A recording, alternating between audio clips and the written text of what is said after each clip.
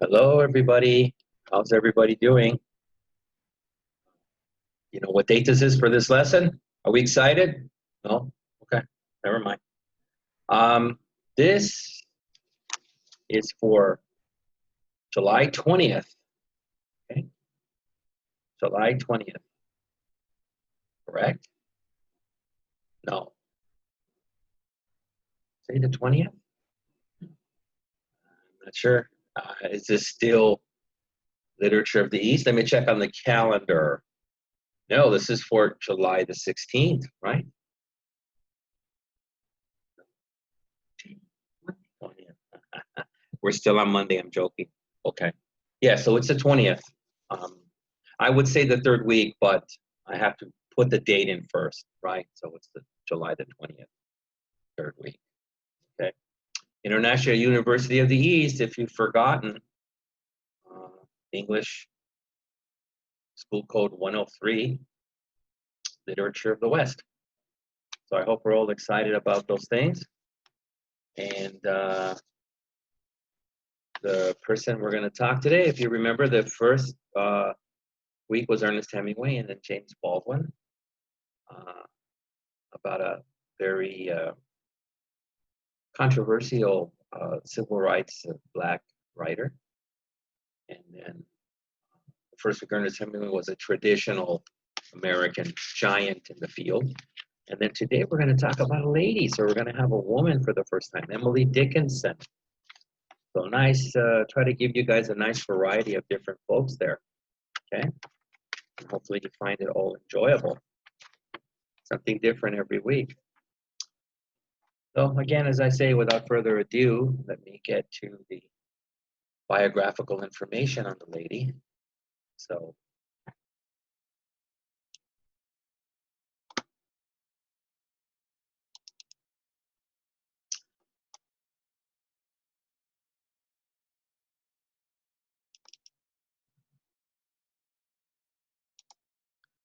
there it is again, school code ENG 103, Literature of the West. I've already mentioned it's for July the 20th, 2020.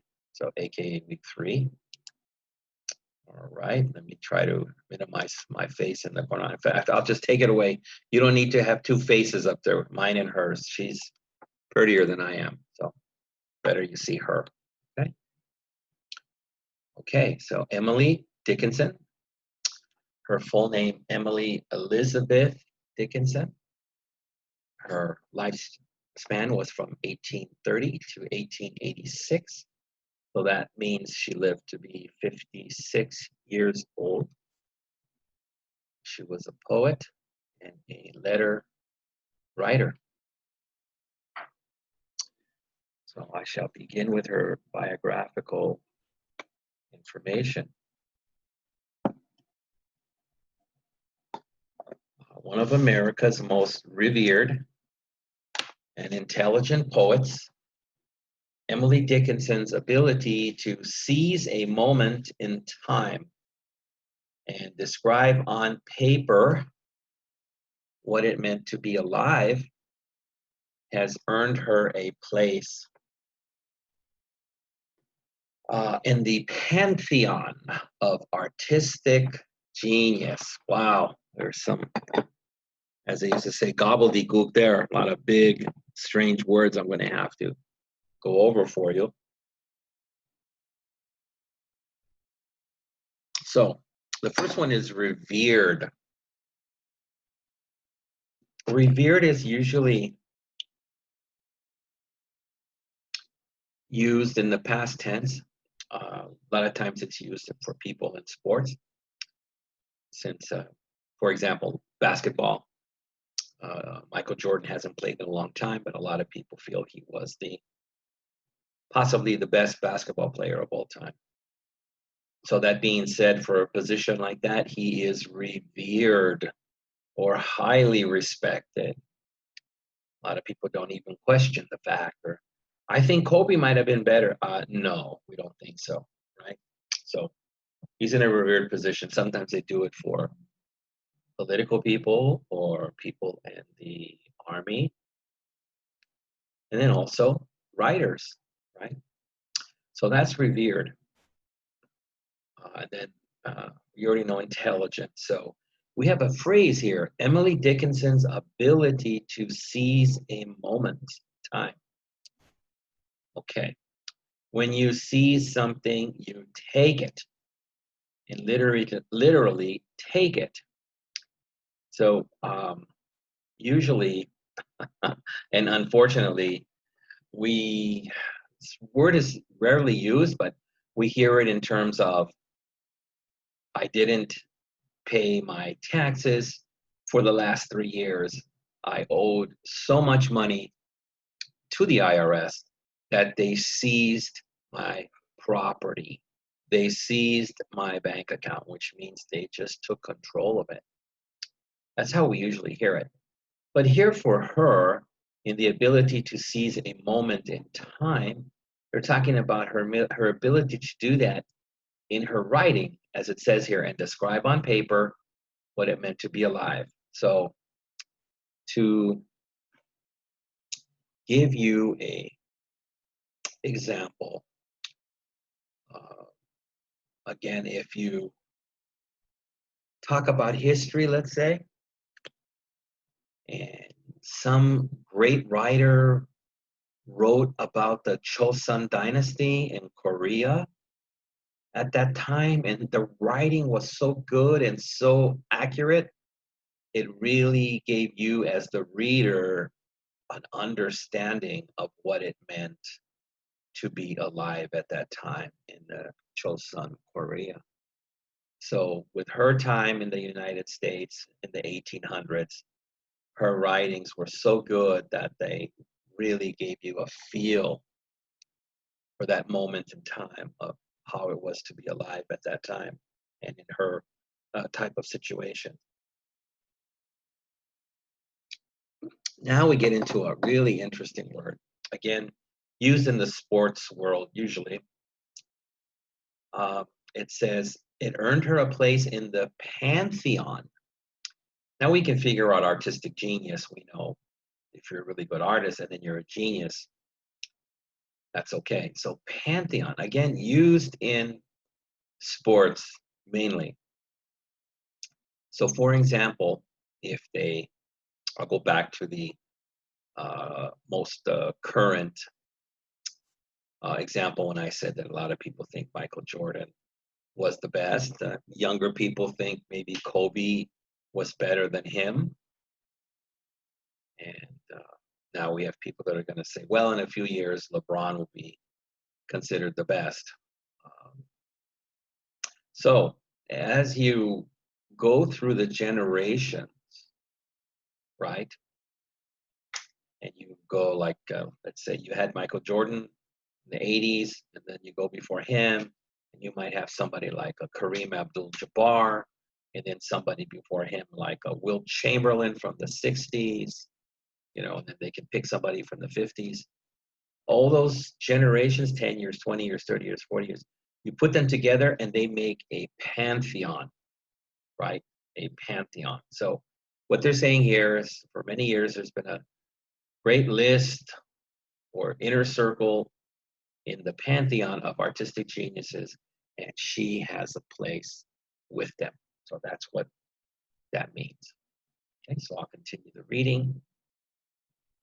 By choice, she led a secluded life in the home of her father. She wrote tirelessly in poetic form her ideas about God, life,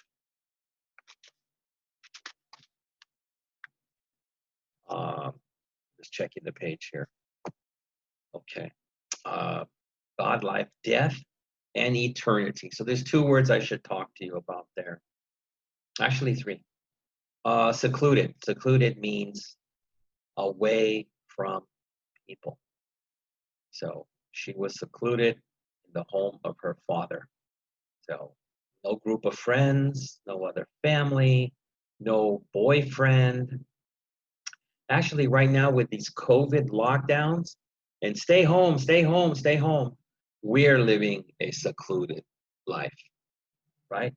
We're not able to go and do these things. So unfortunately, could it be and Temujin, they can't go to the bars and play pool and drink. And Inky and Mukbayar, Gul and Tal, they can't go to the nightclubs and, you know, break men's hearts because we have a lockdown.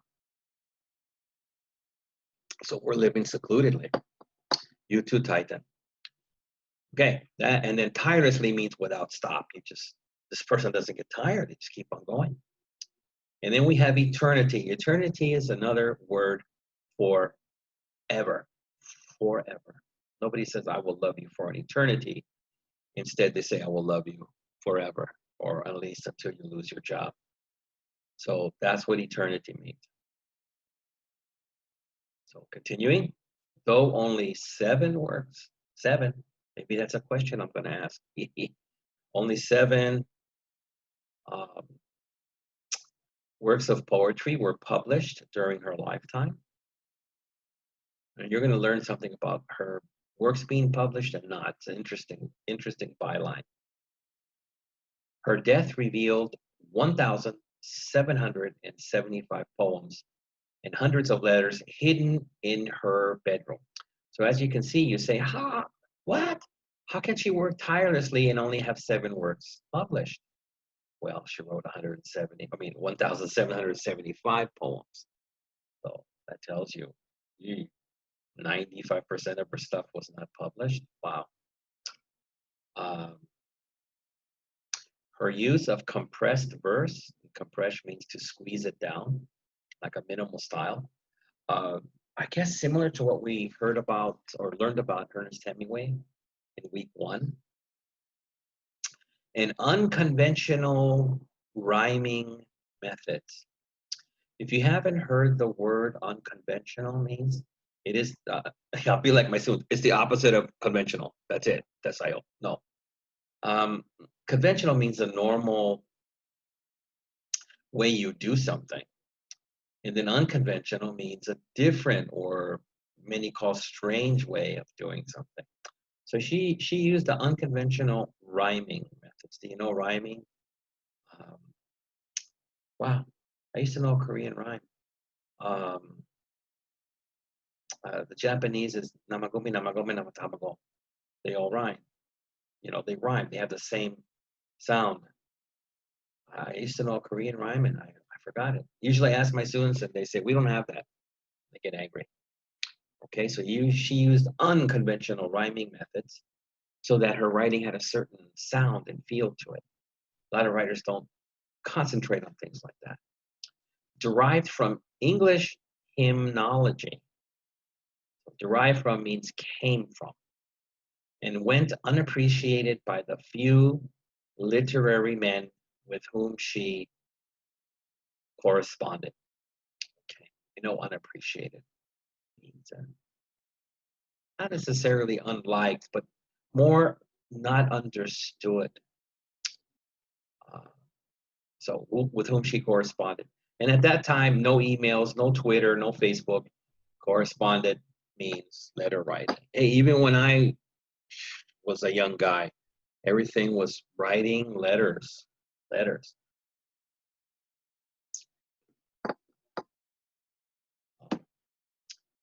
And it says, unfortunately, they could not understand her technique or feel from her poetry, unfortunately.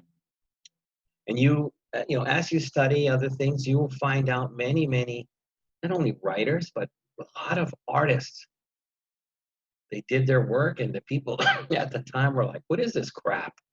But later, after they died, the people, oh, what beautiful stuff.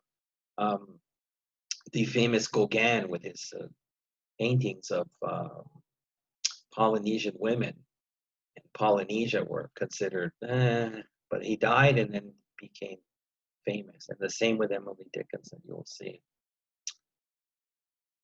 Years would pass before her highly original style would emerge or come forth, unaltered by intrusive editors. Uh-oh, here we go with these big words again. I gotta do my job. And become an enduring hallmark of her artistic genius. Okay, here we go. I'm gonna do my best here. Unaltered means unchanged, untouched, or not touched by intrusive editors. So you will learn something here that when she finally gets her works published. Now, when you're a writer and you want your work published, they're just supposed to publish how you do it. But the literary people in charge of her material decided they didn't understand it, so they changed it at first and released it. So they thought, maybe if we change it, we're so smart, since we don't understand her style, the public will like it. And that was a mistake. And then she became an enduring hallmark for her artistic genius. So enduring means it lasts, right? It just lasts. So some enduring people in American culture, Elvis Presley, Marilyn Monroe, Muhammad Ali. These are the kind of folks that they've been dead for a while, but people talk about them and feel about them like they're still alive. So their fame endures. And then a hallmark, so it just means like a special position of memory of her artistic genius, so it won't go away. Again, with those people, like, and you could throw, if you want somebody Asian, you can throw somebody like Bruce Lee in the mix. So, for example, since he died so young, it's not only that he's not forgotten, but he has this hallmark of being like a young guy in his death. We never saw him get old. So Bruce Lee will always be remembered as a young, physically in shape person. So yeah. Okay. So we're going to end at the bottom here, and then I'll start asking some questions. Emily Elizabeth Dickinson was born December 10th, 1830, in Ulaanbaatar. No, I'm just kidding. In Amherst, Massachusetts, to Edward and Emily Norcross Dickinson. With Austin, her older brother, and Lavinia, her nickname was Finny, her younger. That's where the first part stops. We have a nice photo here of her on the right. This portrait shows 19th century poet Emily Dickinson, who wrote more than 1,000 poems. And it's a pretty good poet. Portrait. I would imagine if they actually had a photo of her, she would be alive today, would look very, very similar.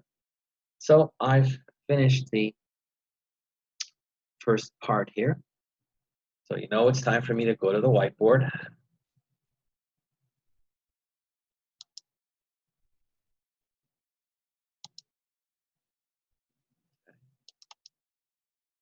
Okay, I got to get that pencil, because I don't have to mention who's going to steal it. There's a group of folks.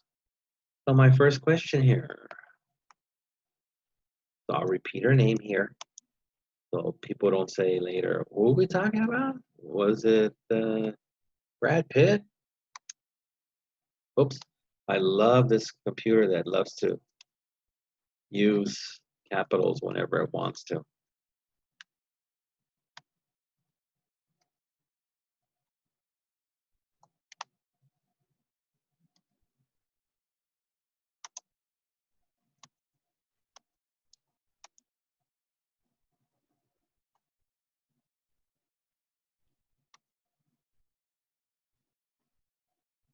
And there we go with the first question.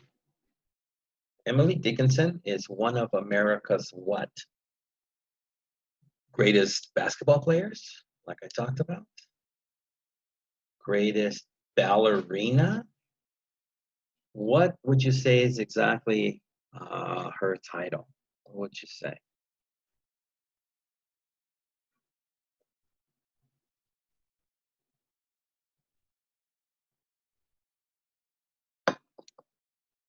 Woo.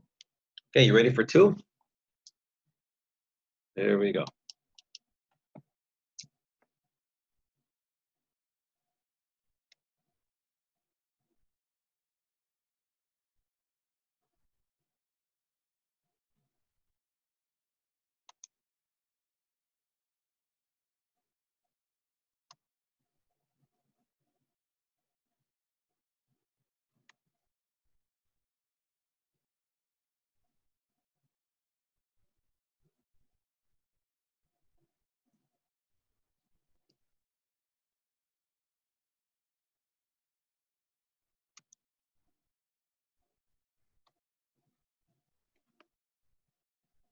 Okay, that's 2. She wrote tirelessly in poetic form about what? So what I want from there are the themes.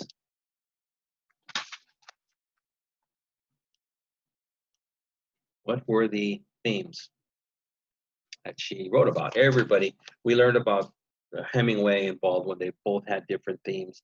And the lady here also had her own themes or things that she concentrated on in her writing.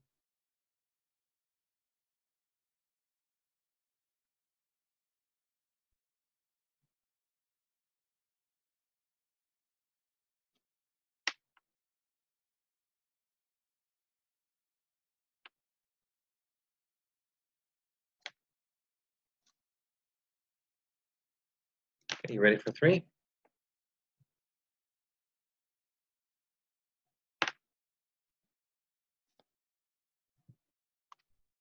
Okay, someone try to take my pencil. What happened here?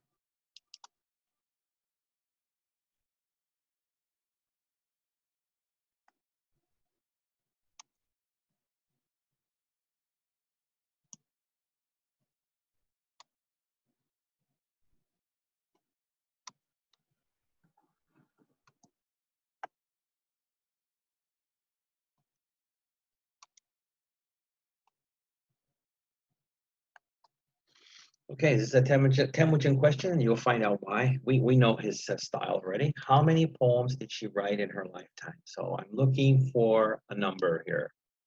I write a nice full sentence, and all you have to do is give me a number. So what do you think? I think it said she only wrote 7 poems, right? Do you believe me? I know Titan doesn't believe me. Never. Okay. So I think I'm only going to ask for on this first part. I know you would like me to write 10, but I'll be kind.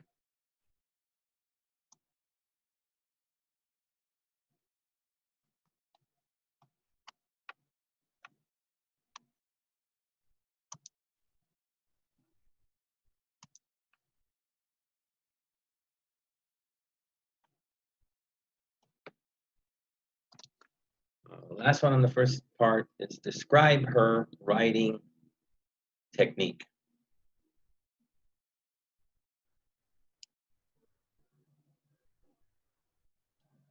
So remember, Hemingway had his writing techniques. He learned them from the first newspaper that he wrote for. Remember, I won't go into them because they're different than hers, but there's a little similar feel. So just write down her writing techniques. There's a couple of them. So again, as usual, if you only write one, like Mr. Saba Saba, then have a really good student like Ochir, and he writes 3.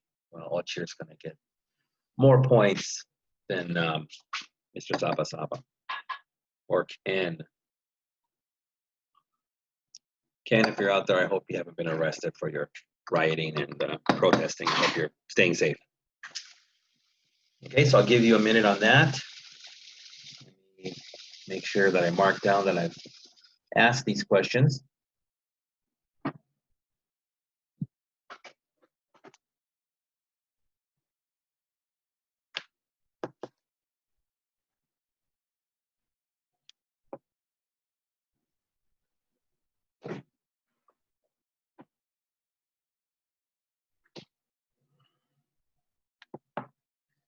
Okay, I guess it's time for me to go to the eraser.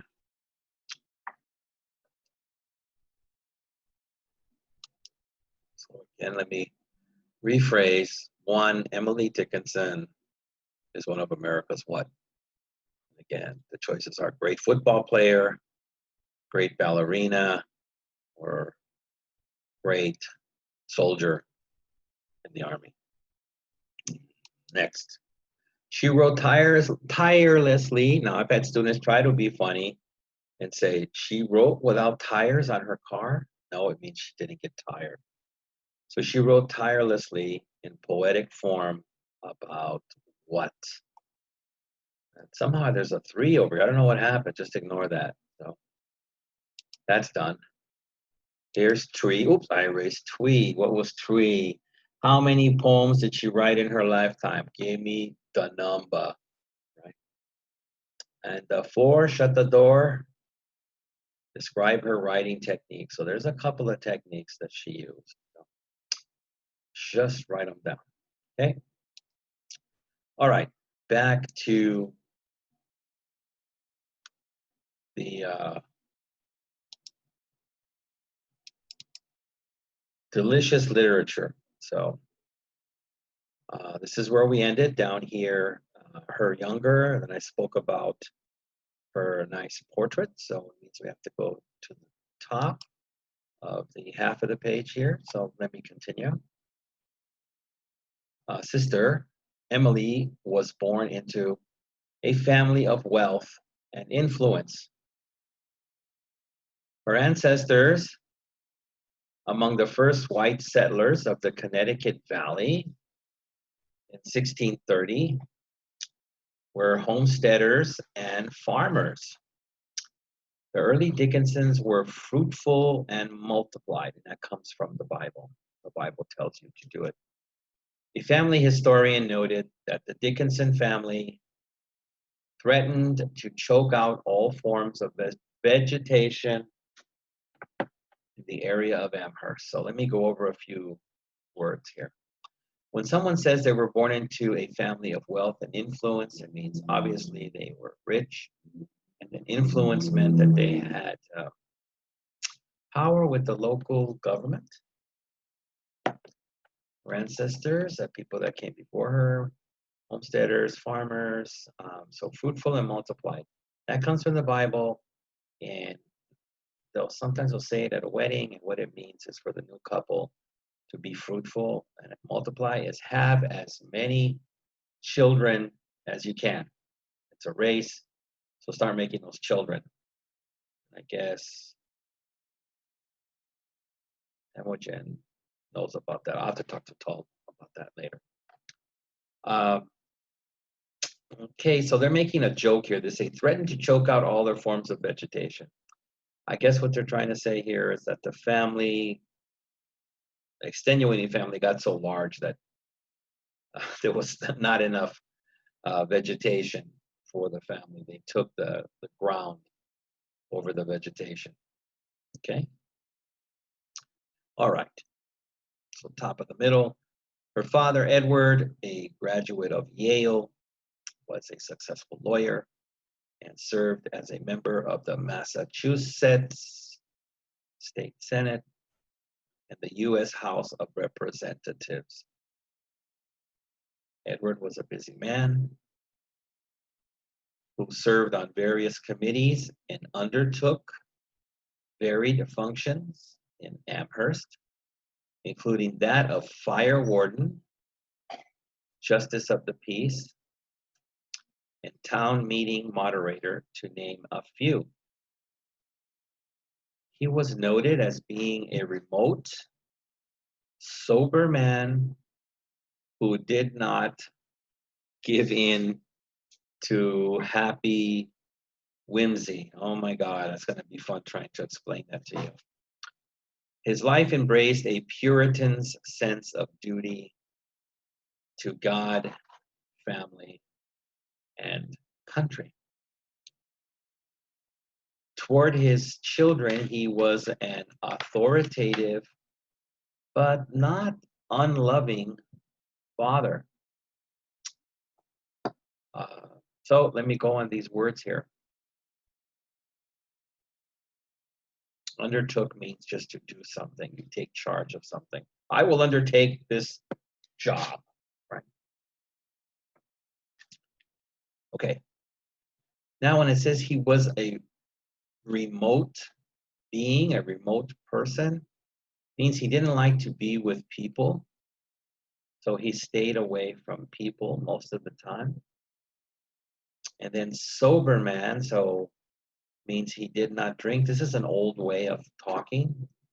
I'm a very sober man, you know. Oh, okay, you never drink anything, not even a beer or, you know, you name it, a little glass of wine. And he did not give in to happy whimsy. Whimsy is a word that's disappearing. I don't hear people say that since I was maybe in high school. And whimsy is another word of saying fun. So he did not look to enjoy himself a lot or maybe at all. So probably not a man. Hey, let's go listen to some music, or the ladies want to dance, or that's okay. Don't bother me. He didn't involve himself with those things. And he had a Puritan sense. Puritans were the first Europeans that came to the United States for religious and tax reasons. And, they were very strict on their religion, and it was God first, family second, and then country. So as you see, there wasn't a lot of time for, or any time for, let's go dancing, or let's enjoy ourselves, or hang out and have some beers. That wasn't part of the program. So toward his children, he was authoritative, which means he was in charge. He told them what to do, but he was not unloving. So he did express love to his children, which is great, because you don't want somebody authoritative and then maybe remote with them or not loving. So at least he was a loving person, but don't ask him to have fun. Okay, we're in the middle now. Emily's grandfather, Samuel Fowler Dickinson, graduated from Dartmouth, which is a famous college back east. A driven man, which means he had a goal in his life that drove him, not a real car, but the goal drove him. And he wished to establish a learning instruction for the education of young religious men and become one of the founders of Amherst College. Edward, his son, later became the college treasurer.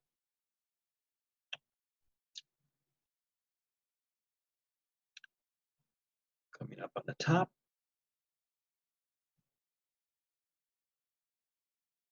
The Dickinson family inherited the traits of their Puritan ancestors, as well as a New England frugality. So we've gone over the past inherited, right? But frugality, I think this is good for you to learn. I must teach you this, because this is very important for today.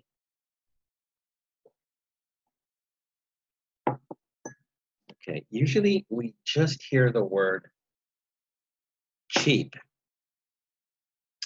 Someone is cheap, right? If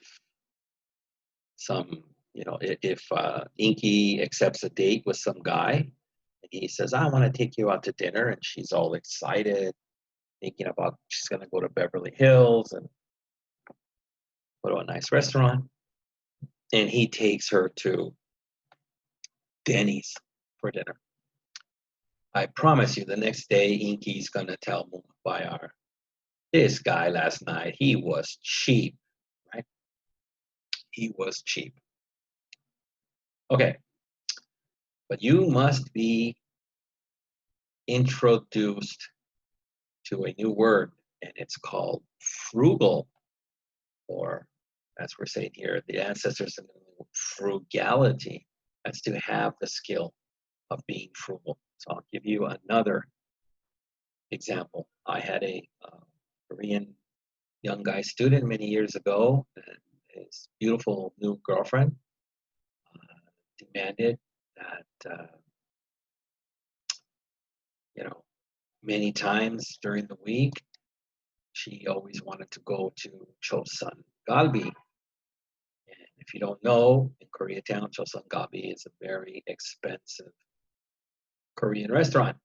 And by the end of the week, he was running out of money, because paying in the hundreds Monday, Tuesday, Wednesday, Thursday, he was running out of money by the weekend. So I just told him, I said, take her to much less expensive places during the week. They don't have, please don't take her to Denny's, right? But something much less expensive than Chosangali. You'll save money, and then, you know, on the weekend you can splurge on her and say, honey, Friday and Saturday for sure, you know, Chosangali.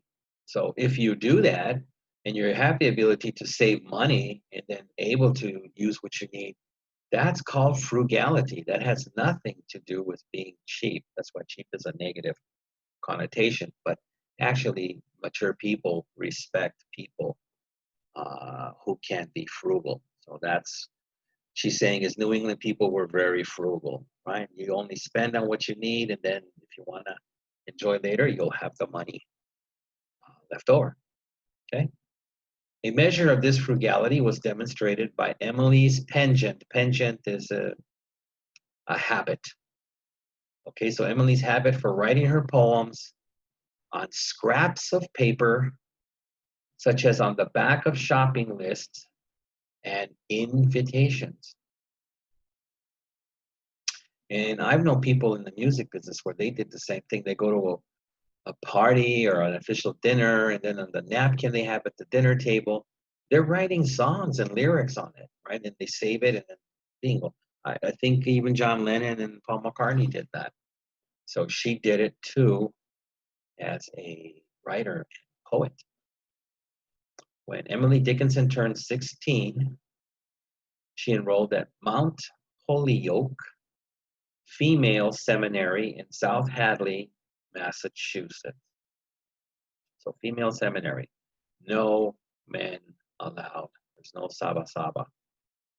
Along with a rigorous academic schedule, the seminary paid considerable attention to the girls' religious enrichment. So by learning the Bible and learning about God, it makes you richer.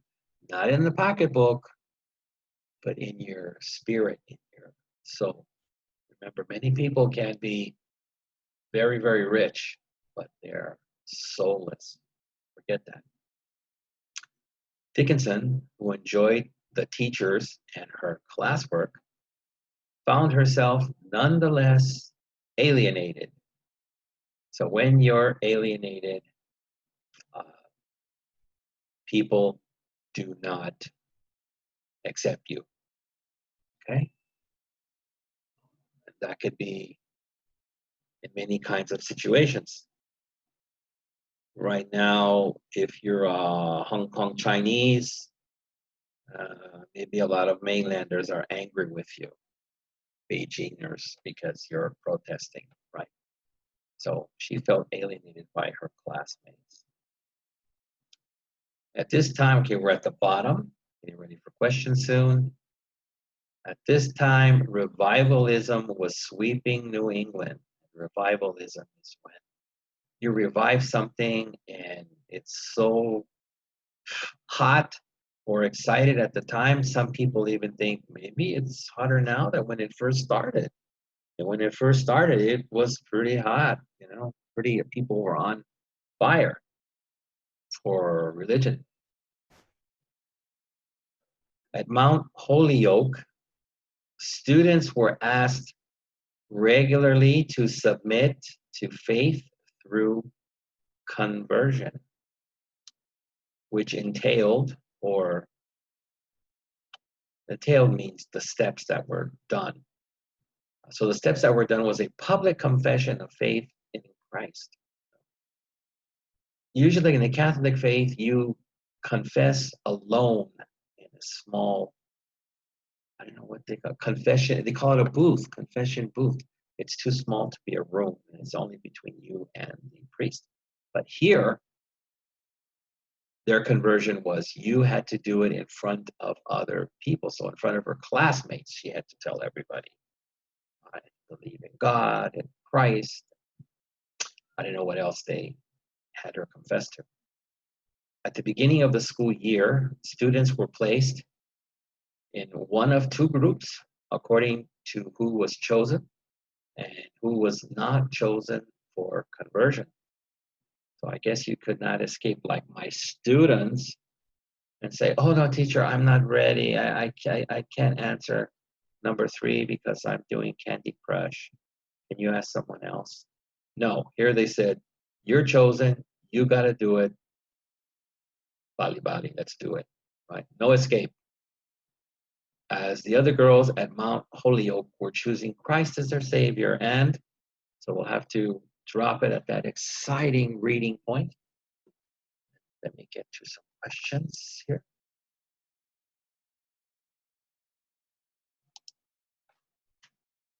Whiteboard.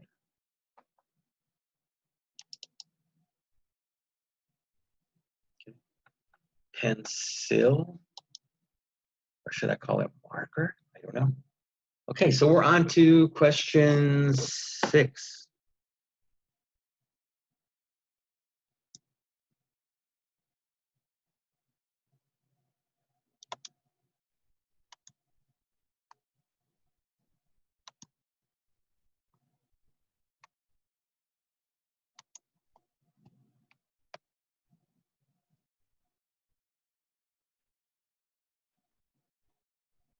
Oops.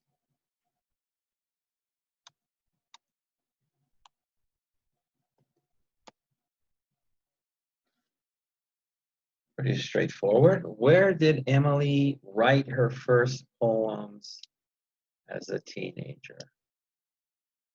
I'm just wondering, can I give you a hint here without giving away the answer? I have to be careful here. I've been too kind recently. Okay, I'll give you I'll give you a hint how sometimes the students answer this question. And so hopefully you'll learn from it. Where did Emily write her first poems as a teenager? So I've had students say, oh, in the United States. So that's my hint to you. And I don't think you should follow it. Okay?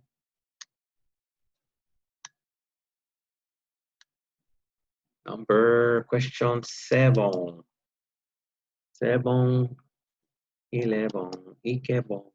Okay, 7. I spent too long in Tokyo. Actually, Kanagawa.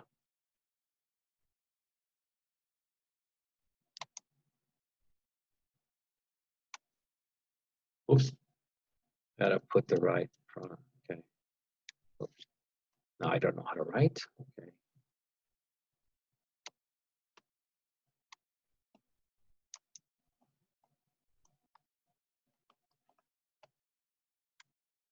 Question 7. Where did she find her comfort? Was it like Inky at the club, hanging at the club? Was that where she found her comfort? Was it like Bayar at the shopping mall and Forever 21? Where did poor Emily find her comfort? Where was it?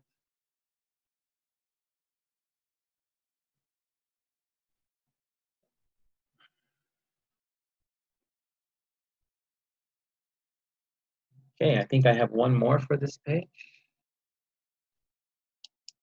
Let's say,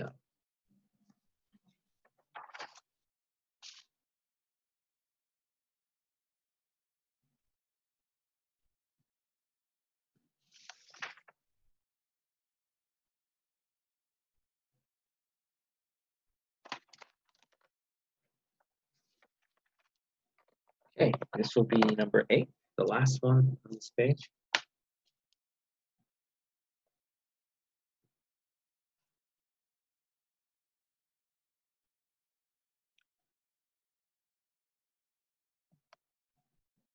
Whoops. I don't want to put this here yet. This is a mystery one. Yeah, I'll hold back on this one because I want to make sure this is the romantic twist. So you're lucky. I'll only give you 2 on this end. Okay, don't worry about that.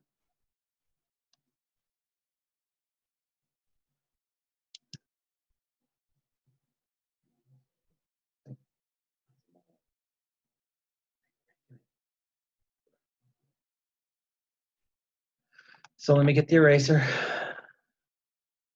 6. Where did Emily write her first poems as a teenager? So, like Temujin will say, oh, in the United States. 7. Where did she find her comfort? At the club with Inky or at the Forever 21 with the Mukbaya, right? All right. Here we go with those. Now, time to go back for, let's get into that romantic interest.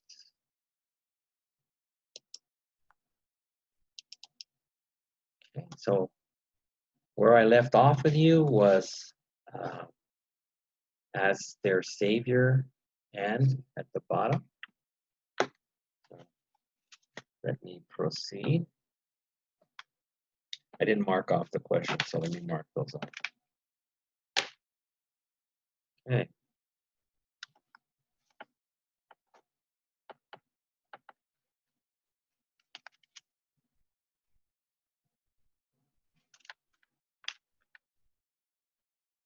Where's my marker here? Come on, work. Okay, there you go. Okay, now we're at where we should be. Okay, so again, the people, the classmates were surrendering their lives to his will, meaning God. Dickinson remained unconverted. That's a scandal in itself, because that means she never really took Christ in her heart, I guess, as a savior. She was mentally conflicted about that. So we continue for this good information. Her inability to yield to moral convention, difficult stuff, left upon her a stigma that lasted her entire life. Okay. So again, we went over the unconverted. Her inability or not being able to yield means to give in to moral convention, to Christ and the Bible, left upon her a stigma. The stigma's like a bad reputation.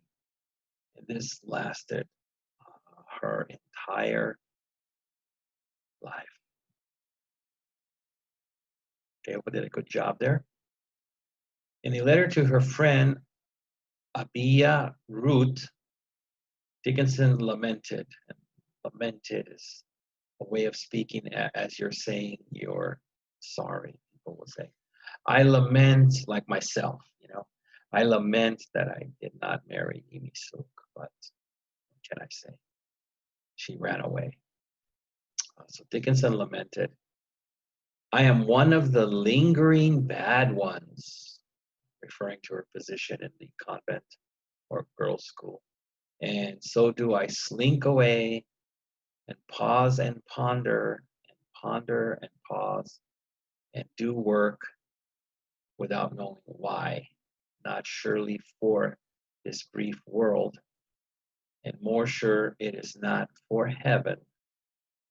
And I ask what this message means that they ask for so very eagerly. Okay, I'll stop there. So when she says I'm one of the lingering bad ones, something that lingers does not go away. Let's say you went to the dentist today and did some kind of surgery on you, maybe a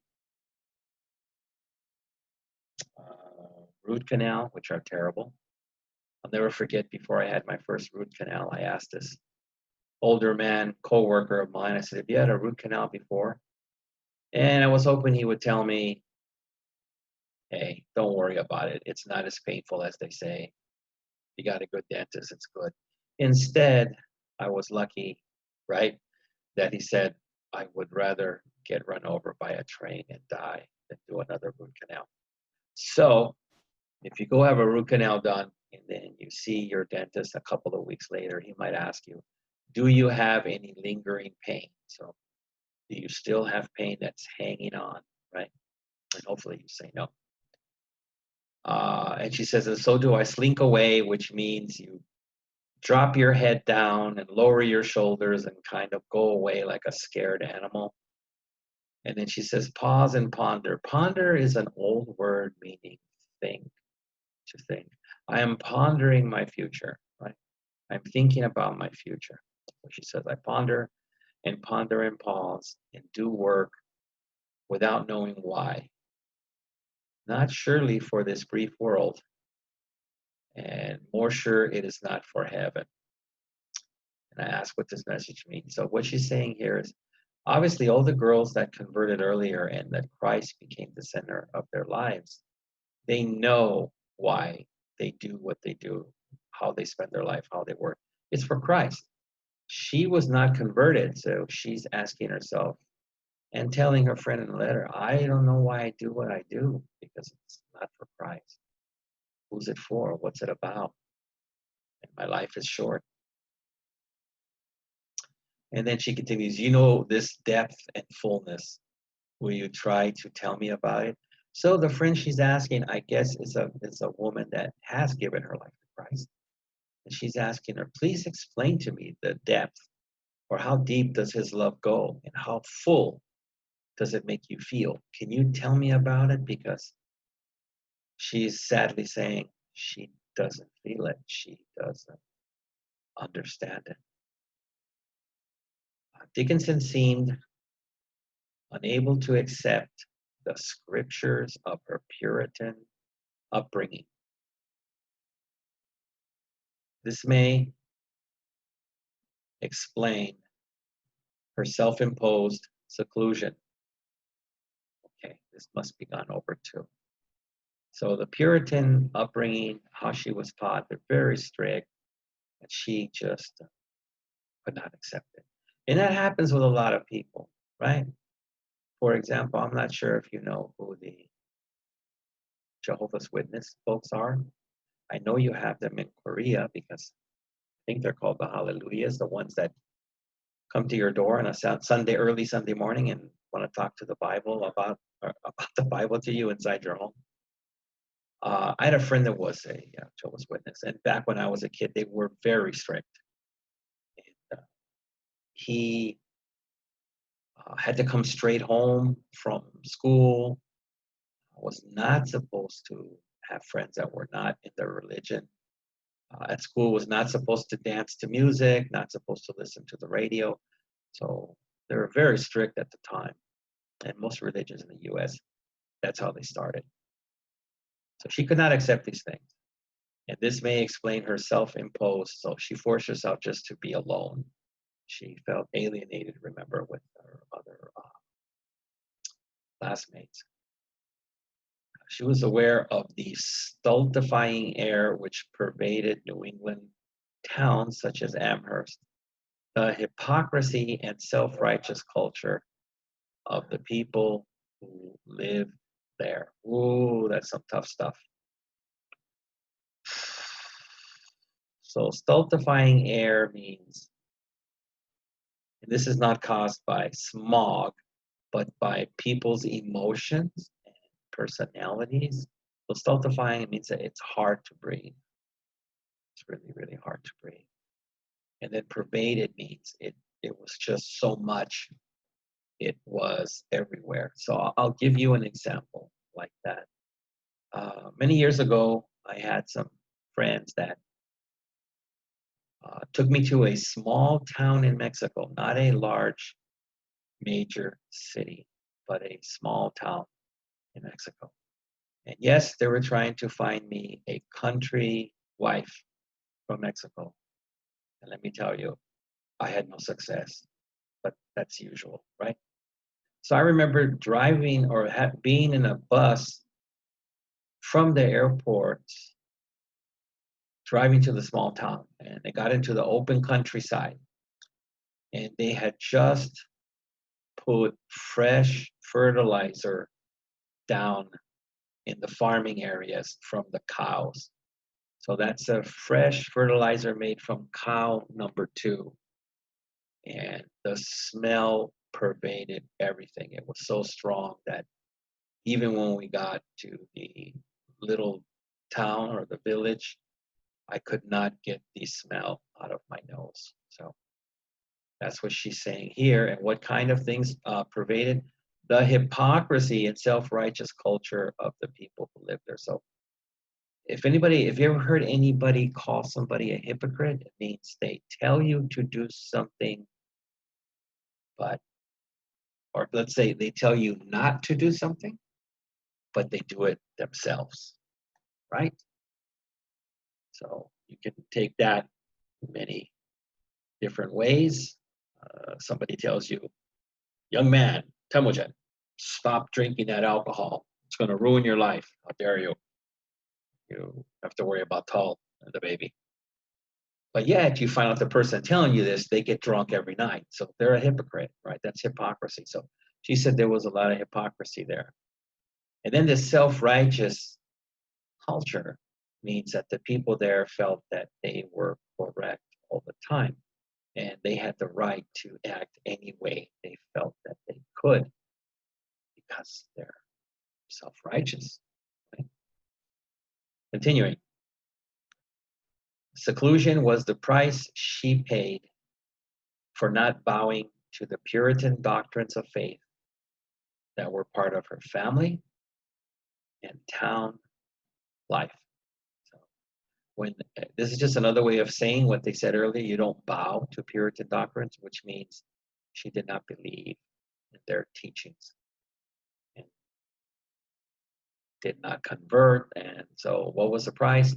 She just stayed in conclusion, I guess, to stay out of being criticized, stay out of trouble.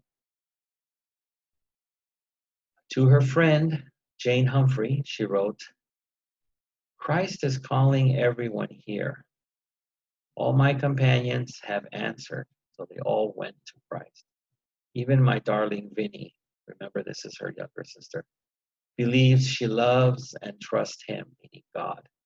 And I am standing alone in rebellion. So obviously Emily did not put forth any energy in loving God or trusting him. She was just her own woman, let's say. So that's at the middle there. Okay. So at the top of this side, Dickinson completed 1 year at Mount Holyoke, suffering a severe, we all know severe, very painful, very strong. So we could say a severe storm, right? So she had a severe bout or case of the flu. Her anxious father called for her to return home in 1848. His decision, no doubt, brought relief to her mind. Home would be a place of comfort to Dickinson. In the years to come, she seldom left it. Remember, if you're hiding out at home and you're not in the town with self-righteous people and hypocrites, you're safe from being criticized or being constantly asked about your faith. And since she didn't have any, she didn't want to be bothered with that question. In the middle, the Dickinson family, except for the father, suffered eye ailments. So some kind of eye problems. It doesn't go into depth here. Dickinson's vision was perhaps the most gravely affected. So she, I'm sorry, it says except for the father. So everybody had eye ailments, but the father was lucky. It's kind of like I have a friend, and he has 3 brothers, and they, even as they got older, they all kept their hair. So they took after the father or the mother. And he, the baby, he lost his hair at an early age, and he took after the father. So he's upset about that.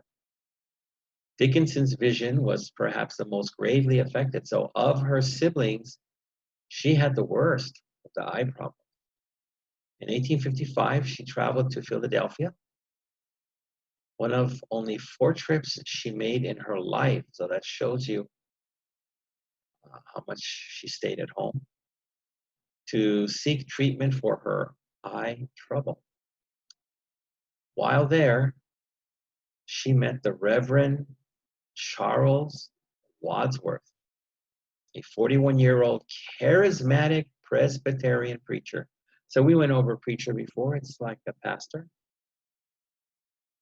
Charismatic, so we know the charisma. So people, maybe ladies, were drawn to him, right? Because of his dynamic personality. She began a correspondence, again writing, with Wadsworth that lasted until his death in 1882. Wadsworth became her spiritual shepherd and advisor. So shepherd it's funny they use this word because that's what they used for Jesus. He's your shepherd and he's your spiritual shepherd and he will take care of you. But instead for Dickinson, she let this man be her spiritual shepherd and to listen to all of his advice. Ending up at the bottom here, Dickinson seldom left home, and it was through correspondence with men like Wadsworth that she found her creative muse. Muse is I think that's a French word that we borrowed into English. It's a little difficult to explain, but muse is like your counterpart. We used to say in the United States, you need to find your other half, meaning your wife or your husband. So without that other half, you cannot be a whole person, but together you are. So creative muse is the same thing. So I guess mostly in writing here, it was her equal. She admired him, he admired her. And she began writing seriously in her early 20s. That might be a question. Be ready. And Wadsworth, it is believed, became the focal point of many of her love poems. So again, what began as a mutual respect in literature, over time, it became the focal point of many of her love poems. I wonder if Temujin is the focal point of Tull's love poem. I wonder. Right. Okay, we've reached the bottom of that page, which means I have to go back to questions. Okay. Are we ready for those? Let's find out.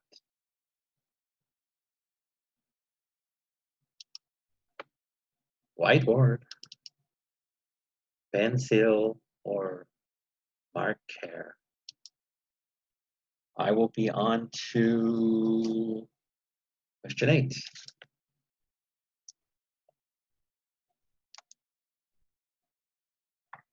Looks like something we just finished talking about.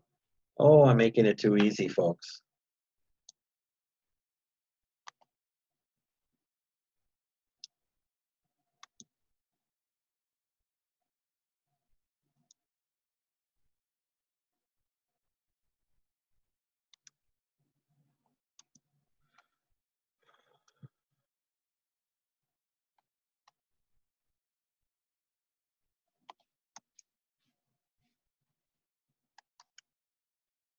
Eight. Who became the focal point of Emily's love poems? I think it's a toss-up. It's between 3 men. Kurevi, Ken, and of course, the man who owns the only Starbucks in Ulaanbaatar, Temujin. It's those 3 men that you have to choose from. Choose wisely.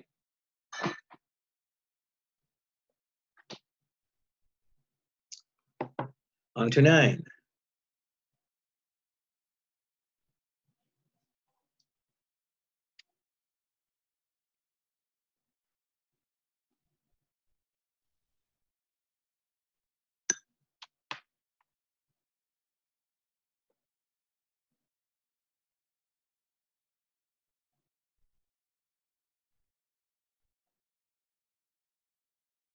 Wait a minute, I don't want to confuse you guys.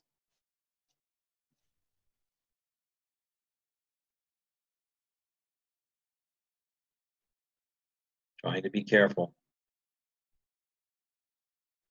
Wow, okay.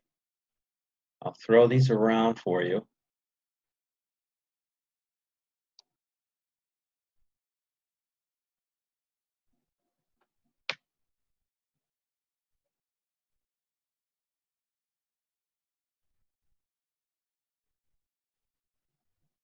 Okay, we'll throw one more in here.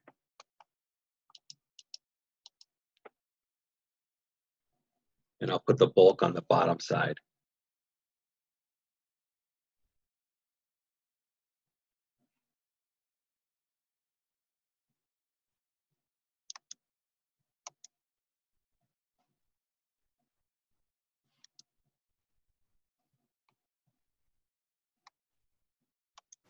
You might have to look for this one.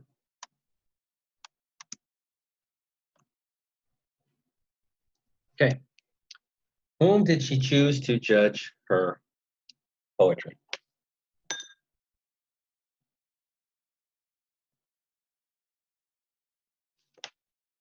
Okay, so I'll give you a minute there to get those two.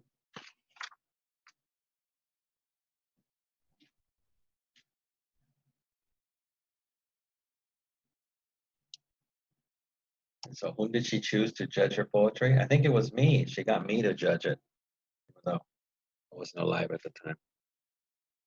I know you don't believe that. Okay. So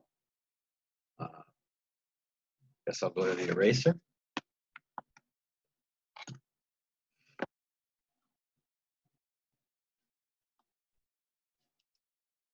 So again, 8, who became the focal point of Emily's love poems?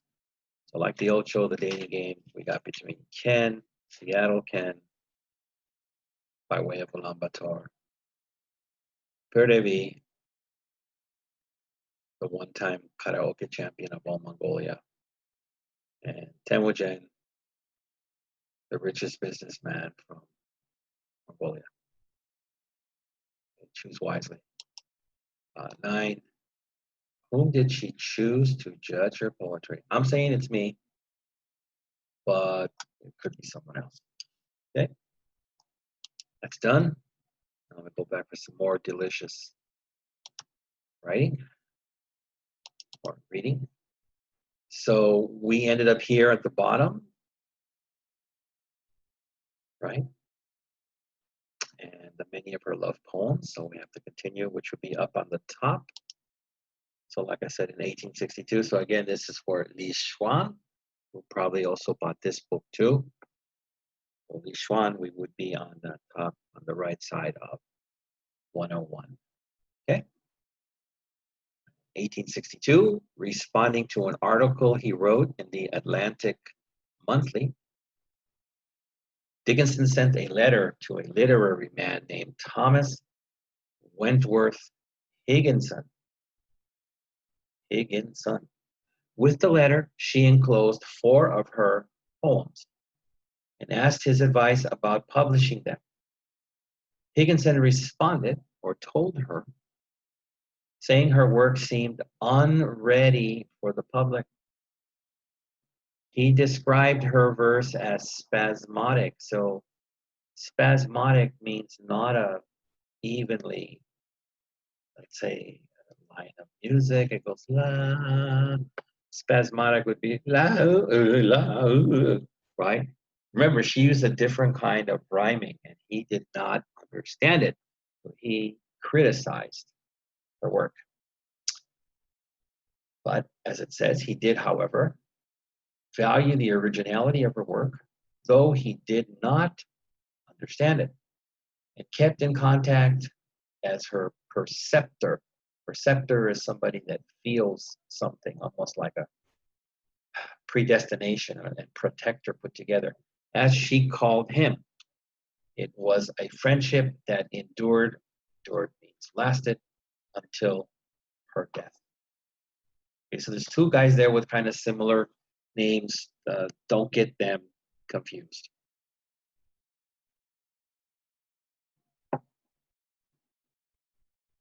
Going towards the middle, after Higginson's correspondence or writing, Dickinson decided against seeking her poetry's publication. But remember that, decided against. Maybe that's a key in why there was only 7 published out of 1,775. With Higginson as the sole judge of her artistic talent, she acquiesced. Acquiesce is a high-level word used in documentation, which means she said yes or gave into his suggestion and never again sought publication. So because he didn't understand her work and didn't think it was so hot, he told her she shouldn't publicize it, and she said okay. It may be that she was not content, and content is happy, with simply being a published poet. Maybe not. Maybe that wasn't her true goal. She envisioned, that was her way she had looked for the future goal. She envisioned something more heroic for her poetry. So when you start talking about heroic things, those have little to do with just being published for fame or money. Perhaps she knew in the time she lived, and every time is different, there would be little appreciation for her complex and innovative style. And innovative means that new style. It may also be true that she wished to concentrate privately on her art without the outside interference that a publishing career would inevitably, which means it's going to happen, you can't stop it. She once stated, publication is the auction of the mind. I found out from my students that in Japan and Korea you have auctions, maybe China. Auction is where they're selling something that belonged to someone prior, usually for less price. So she felt if your goal is to publicize your work, you're selling your mind and you're selling your idea. Remember, she sought a higher level for her poetry, being heroic. So again, remember, that's why many unique, innovative artists, painters, singers sometimes, they're not appreciated during their time, but instead at a later time.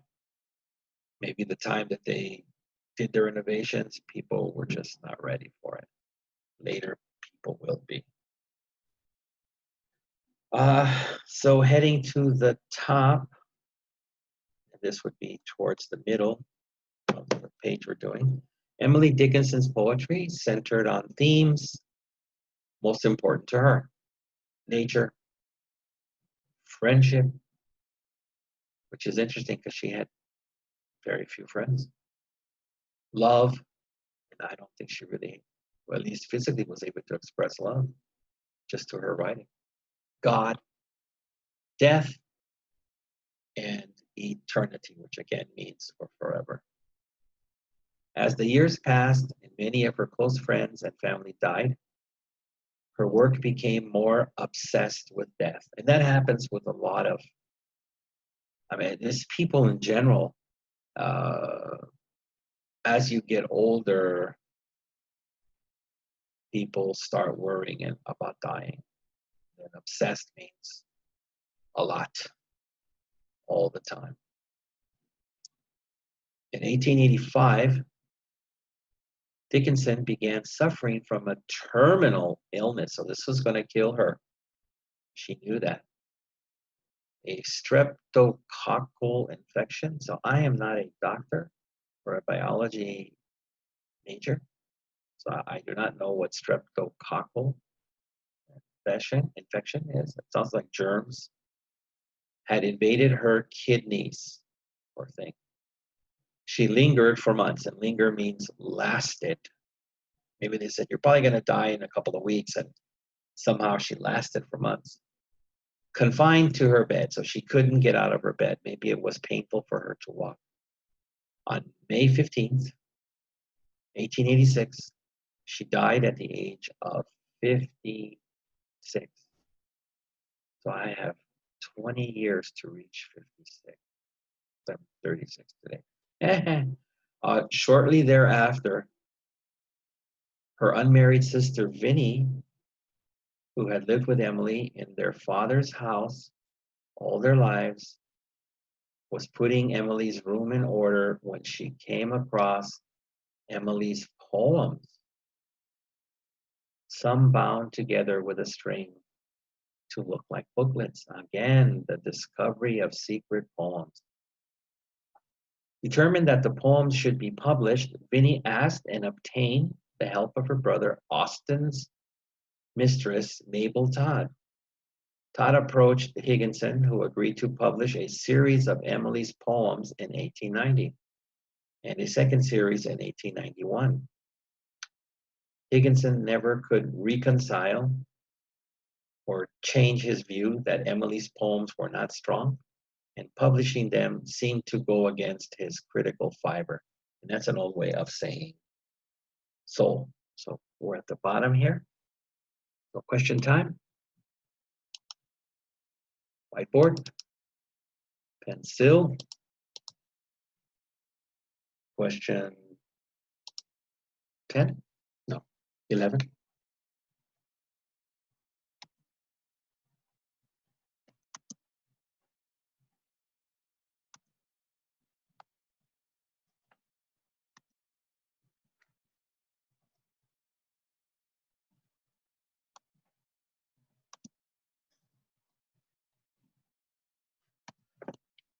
What did Emily envision for her poetry? What did she really think of her poetry for the future? Right, we've gone over that.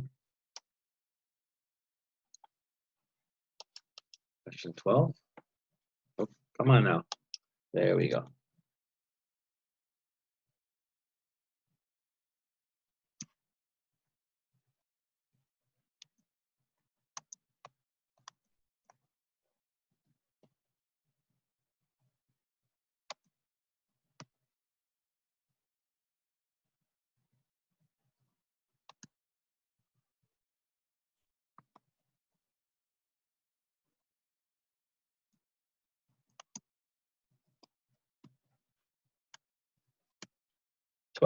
What did she ultimately feel about publishing her poetry? It might not be what you think if you were not paying attention.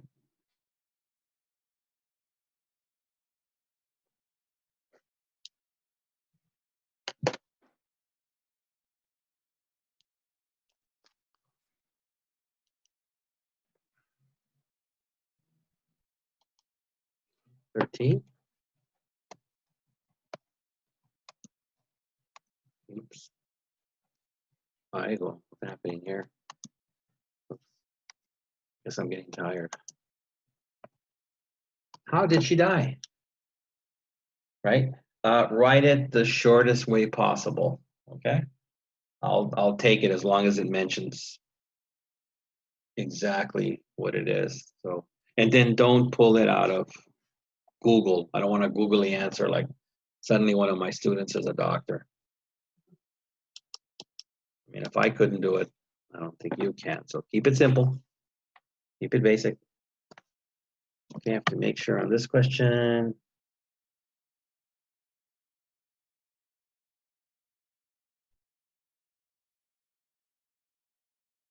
Okay. Even here, I'll throw one out. I'll throw this out.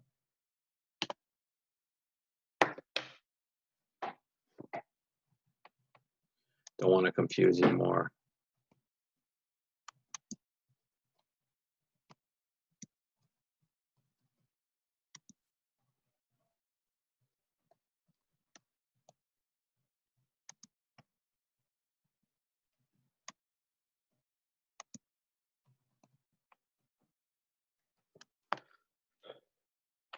When did her poems finally get published with her true ideas? When?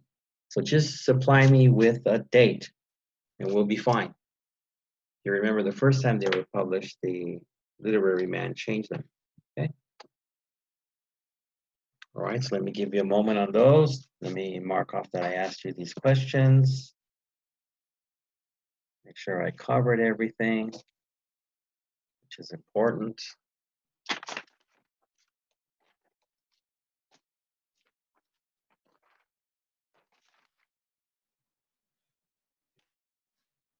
All right, back to the eraser. Okay, first one. What did she envision for her poetry? To be the world's most famous poet? I don't think so. 12. What did she ultimately feel about publishing her poetry? That might be the opposite of what you think. If you followed the lecture, you'll be fine. How did she die? Don't give me the medical, just give me the basics. 14, when did her poems finally get published with her true ideas? Okay, so I just have a little bit of reading left to do. And I think I'll be kind and not ask you questions on it. As you see, as I turn the page, look at that. That's all I got to read. There you go. So it appears he never understood Dickinson's work, though he feigned understanding, which means faked understanding. He edited her grammar for publication, thereby changing the ideas that Emily had tried to convey. So now that's not actually, and remember, this is the first time, her true feelings. Emily Dickinson lived most of her life in a seclusion that allowed her to focus upon her art. In the time after her death, attempts by well-meaning editors to standardize her poems stripped them of their fundamental meaning. It's not good. For years, the result of her reworked poetry left readers to think she was an undisciplined and shallow poet. So that means, what? She really didn't have feelings. What is this crap? The subtleties or niceness of her poetry had been erased by this literary man. But then finally, in 1955, Thomas published her poems as she had written and intended them, preserving for future generations her unique voice and securing her place in the history of literature. So again, on the last part, no new questions. We are done with the questions. But I'm going to do something that I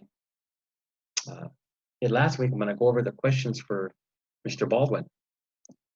So let me go back to a more neutral page here. Maybe we'll just do whiteboard. Okay. So last week's questions as a form of review. I'll pick some for the test. Right. When did James Baldwin, or who did James Baldwin give voice to? The struggle of Black Americans. 2, at which time did he do this?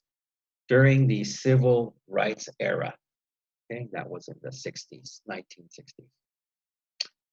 When did he, what did he draw his experiences on?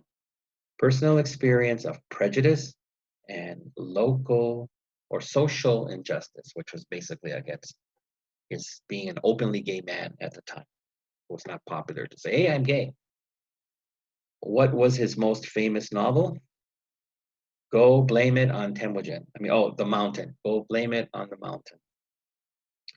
He examined which issues? Personal identity, and that stems from his, again, what was used at the time, homosexual, that's the technical identity. And then political presence, he also became very political. 10, what does Go Tell It on the Mountain describe? That's the book. A young man who struggles with issues of sin, guilt, and self-doubt. Very common issues for many young people. 11, when did James Baldwin spend, or where did he spend most of his life? Was it in Ulaanbaatar? Was it in Seoul, Korea? No, it was in France, Europe. Yes, he felt freer there. They were socially less restrictive than the American style. Okay, he later changed his passion in religion for what? Literature. Of course, that's easy. That's why he became a writer. What was his job for 3 years?